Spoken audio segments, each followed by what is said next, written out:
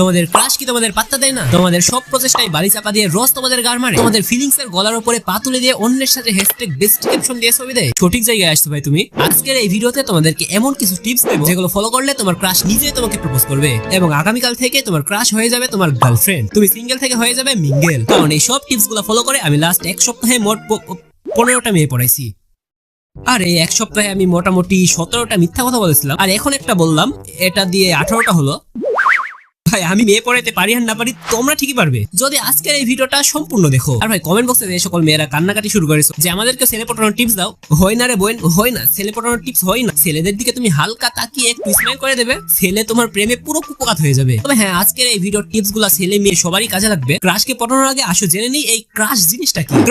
Crush মানে হলো যাকে দেখলে তোমার হার্টবিট বেড়ে যায়, চোখগুলা গরুর মতো বড় বড় হয়ে যায়, হৃৎপিণ্ড ধুকবুক ধুকবুক করতে থাকে, তাকে অনেক কিছু বলতে ইচ্ছা করে কিন্তু মুখ দিয়ে কিছু বের হয় না। এক কথায় ক্রাশ মানে হলো কোন একজনকে তুমি অনেক বেশি পছন্দ করো বা ভালোবাসো কিন্তু বলতে পারো না। এখন তুমি ছেলে হলে যে কোনো মেয়েকে দেখে ক্রাশ খাইতে পারো, আবার তুমি মেয়ে হলে যে কোনো ছেলেকে দেখে ক্রাশ খাইতে পারো। ওকে চলো এবার বলি তুমি তোমার ক্রাশকে কিভাবে পটাবে। দেখো ভাই, ক্রাশকে ইমপ্রেস করা বিশাল কিছু রকেট সায়েন্স না, আমি জাস্ট কিছু রুলস বলছি, ভালো করে চোখ দিয়ে শোনো আর কান দিয়ে দেখো। রুল নাম্বার 1, দেখো ভাই তোমার ক্রাশ তোমার মতো একজন হিউম্যান বিং, পুরো আলাদাকে আলাদা করে খামে মুড়ে পাঠায়নি। হতে পারে একটু দেখতে ভালো আর সেই জন্য ক্রাশের সামনে গেলে তুমি গলে যাও, নরম হয়ে যাও, অ্যাটিটিউড চেঞ্জ হয়ে যায় তোমার। তুমি কি ভাবে এটা তোমার ক্রাশ নোটিস করে না? তুমি গান্ডু হতে পারো, তোমার ক্রাশ গান্ডু না। সে সব দেখে নোটিস করে, কখনো খোলা চোখে দেখে, কখনো আর চোখে দেখে। তাই ক্রাশের সামনে একরকম পেছনে আরেক রকম বিহেভ করা বন্ধ করো। কারণ ক্রাশের সামনে তুমি যে একরকম নকল অ্যাক্টিং করে সাধু সেজে থাকো সেটা স্পষ্ট বোঝা যায়, কারণ তুমি তো আর শাহরুখ খান নও। তাই ক্রাশের সামনে ভালো মানুষের ভান করে কোনো লাভ নেই। ভালো মানুষের ভান না করে প্রকৃত ভালো মানুষ হও, ক্রাশের সামনেও এবং পেছনেও। ওকে, রুল নাম্বার 2, কারোর ওপর ক্রাশ খেলে তাকে কখনো বুঝতে দিও না যে তুমি তার ওপর ক্রাশ খাইছো। জানতে পারলে হয় তোমায় সে রয়্যাল ইগনোর করবে, পাত্তা দেবে না। সে নিজে যেমনই দেখতে হোক তোমায় পাত্তা দেবে না। আর না হয় তোমার ইমোশনস নিয়ে খেলতে শুরু করবে, কারণ ইমোশনস নিয়ে খেলাটা বিশাল এন্টারটেইনিং। তোমার কাছে ভাও খাবে, গরম চাই বিস্কুটের মতো তোমায় নাকানি সুপানি খাওয়ানোর চেষ্টা করবে। তাই নিজেকে কন্ট্রোল করো। সারাদিন ক্রাশকে হাই হ্যালো পাঠিয়ে ডিস্টার্ব করো না। ক্রাশ মেসেজ করলে সঙ্গে সঙ্গে রিপ্লাই দিও না। ক্রাশ মেসেজ করলে নিজের মনকে বলো রুকো যারা, সবার করো। কারণ আমি জানি ক্রাশ মেসেজ করলে শরীরে কারেন্ট প্রবাহিত হয়, পাছায় আগুন জ্বলে ওঠে, পেটে গুনগুন করতে শুরু করে রিপ্লাই দেওয়ার জন্য। বাট তোমার নিজেকে কন্ট্রোল করতে হবে, নিজের গোলটা মনে রাখতে হবে। এন্ড মনে রাখতে হবে ক্রাশকে ইমপ্রেস করাটা তোমার গোল নয়, ক্রাশকে ইমপ্রেস করে ক্রাশকে দিয়েই প্রপোজ করাটা তোমার মেন গোল। ওকে, রুল নাম্বার 3, ক্রাশের সামনে লেম জোকস মেরে হাসানোর চেষ্টা, ফালতু প্রশ্ন করে বা বাজে বকে কনভারসেশন এগোনোর চেষ্টা একদম করো না। করলে তোমার ক্রাশ দূর থেকে তোমায় বোকাচোদা ভাববে। আর জোকস বলাটা তো খুবই রিস্কি, কারণ বাই চান্স তুমি যদি রেগুলার মিরাক্কেল দেখা পাবলিক হয়ে থাকো, তাহলে তোমার জোকস শুনে তোমার ক্রাশ তোমায় ভাইও বানাবে না। তোমার কাছে যেটা ফানি তোমার ক্রাশের কাছে সেটা লেম লাগতে পারে। আর বেশি কথা বলা লোকজনকে আজকাল কেউই খুব একটা পছন্দ করে না। তাই অল্প কথা বলো, না হলে তোমার ক্রাশ তোমায় বলবে বিশুদ্ধ চুতিয়া লড়কে ও তুমি চুপ রহো। তো আজ থেকে প্র্যাকটিস করো ফালতু কথা কম বলার। অপ্রয়োজনীয় কথা কম বললে ক্যারেক্টারে একটা ওজন আসে, সামনের মানুষ আরো আগ্রহী হয় তোমার কথা শোনা বা তোমায় জানার জন্য। যেটুকু কথা বলবে চোখে চোখ রেখে কনফিডেন্টলি বলবে, তো তোতলামি করো না। পয়েন্ট নাম্বার 4, তোমার ক্রাশের সামনে এমন একটা ভাব দেখাও যেন তুমি একটু বিজি মানুষ, তুমি কোনো কাজের মধ্যে ইনভলভ। একেবারে খালি মানুষদের সচরাচর কেউ পাত্তা দেয় না। তাই কাজ না থাকলেও দেখাও যে তোমার কিছু কাজ আছে। তোমায় দেখা করতে রাখলে বইলো না যে সপ্তাহে 10 দিন তুমি ফ্রি। ওকে, রুল নাম্বার 5, ক্রাশের সামনে একটা শান্ত কাম অ্যাটিটিউড নিয়ে থাকো, কোনো কিছুতেই বেশি রিঅ্যাক্ট করো না। কিরকম বলছি, ক্রাশ কিছু ফানি বললে দাঁত মুখ কেলিয়ে হেসো না, হাসিটা যেন কন্ট্রোলে থাকে। ক্রাশের সামনে কোনো প্রবলেমে পড়লে ওই জায়গা মারা গেল এরকম বিহেভ করো না। কারোর উপর রাগ হলে নিজেকে কন্ট্রোল করো, রিঅ্যাক্ট না করে সিচুয়েশনটাকে শান্ত মস্তিষ্কে হ্যান্ডেল করো। বহু যুগ আগে কোনো একজন জ্ঞানী ব্যক্তি সুপার খরগোশের গল্পে শেষে উপদেশ লিখে গেছেন, slow and steady wins the race. তবে এই যুগে স্লো হলে চলবে না, কারণ ক্রাশকে পড়ানোটা একটা রেসের মতো। তোমার মতো অনেকে আছে তাকে ইমপ্রেস করার। এরপরে আসি কিভাবে কথা বলবে, কি নিয়ে কথা বলবে। সো পয়েন্ট নাম্বার 6, কথা বলার সময় যদি ইংরেজি বলতে ইচ্ছে হয় খুব ভালো, তবে ইংরেজিটাকে ইংরেজির মতন করে বলো, এরকম ভাবে ইংরেজি বললো না। All of men are not gentlemen, all the poor men all poisonity. তবে যত ইংরেজি বলো না কেন, বিশুদ্ধ বাংলা ভাষায় ইউজে একটা সোয়াগ আছে যেটা সামনের জন নোটিস করে, ইগনোর করতে পারে না।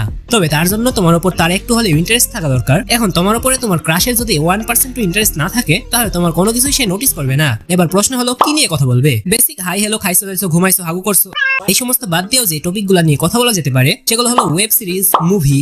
এছাড়াও যে জিনিসগুলো নিয়ে কথা বলতে পারো সেগুলো হলো তোমার ক্রাশের হবি, ড্রিমস, বা তোমার নিজের হবি, ড্রিমস। তবে কথা বলার সময় তোমায় দুটো জিনিস খেয়াল রাখতে হবে। প্রথম, তুমি ক্রাশকে বিন্দু মাত্র হিন্ট দেবে না যে তুমি তার উপর ফিদা।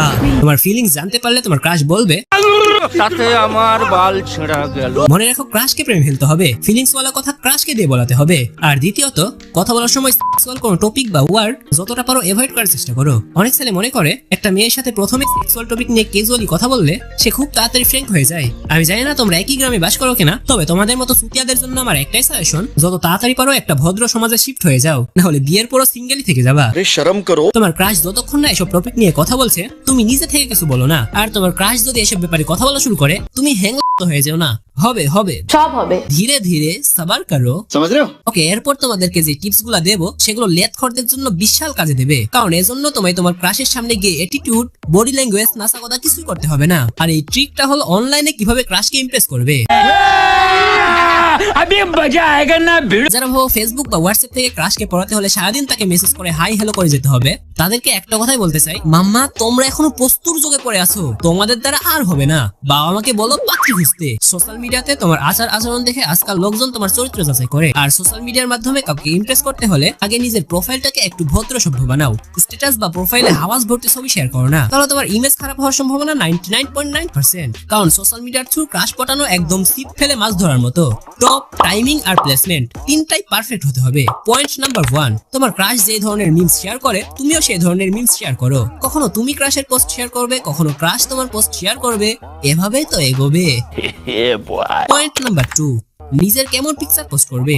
অনেকে থাকে পাশে একটা সুতিয়া ফ্রেন্ডকে নিয়ে ফোনটাকে 45 ডিগ্রি উপরে তুলে কোন রকম এক্সপ্রেশন ছাড়া একটা সেলফি তুলে পোস্ট করে দেয়, me and my friend enjoy picnic very fun. এরকম প্রোফাইল নিয়ে কাউকে হাই হ্যালো পাঠালে সে তোমায় রিপ্লাই চুপড়ি ইমোজি পাঠিয়ে ব্লক করে দেবে। এইবার বলি কনভারসেশন কিভাবে স্টার্ট করবে। দেখো ভাই, বেশিরভাগ সময় হাই হ্যালোতে কাজ হয় না, তাই স্টোরিতে রিপ্লাই দিয়ে কনভারসেশন স্টার্ট করার চেষ্টা করো। রিপ্লাই একটা অপিনিয়ন হতে পারে বা হালকা প্রশংসা, তবে এইটুকুই, এর বেশি না। যদি ক্রাশ রিপ্লাই করে তো কংগ্রাটস, আর যদি রিপ্লাই না করে তাহলে ওখানে থেমে যাও। ক্রাশ পটলো না তো কি হয়েছে, অ্যাটলিস্ট তোমার সম্মান তো এসে যাবে। তবে স্টোরিতে রিপ্লাই দিয়ে কনভারসেশন স্টার্ট করার একটা অ্যাডভান্টেজ হলো প্রথমবার রিপ্লাই না দিলে তুমি এটা বারবার করতে পারো, তোমার ইমেজ খারাপ হবে না।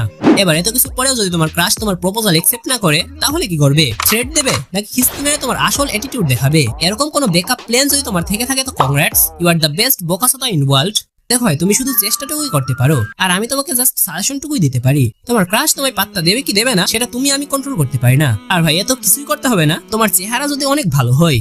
কারণ তুমি যতই বলো না কেন একটা রিলেশনে কালো ফর্সা ম্যাটার করে না ভাই। বর্তমান যুগে একটা অপ্রিয় সত্যি কথা হলো, কোনো কিছু যদি ম্যাটার করে তাহলে প্রথমে সেটা হলো তোমার চেহারা। আর আমরা চাইলেও মানুষের এই মেন্টালিটিটা চেঞ্জ করতে পারবো না যদি কোনো মানুষ নিজ থেকে চেঞ্জ না হইতো। বাট চেহারা, বডি, সম্পত্তি মানে যদি মনে হয় কোনো স্বার্থের জন্য তোমার পার্টনার তোমার সাথে আছে, ওই রিলেশন ওইখানে ব্রেক করো, নাহলে ভবিষ্যতে আরো বেশি পস্তাবে।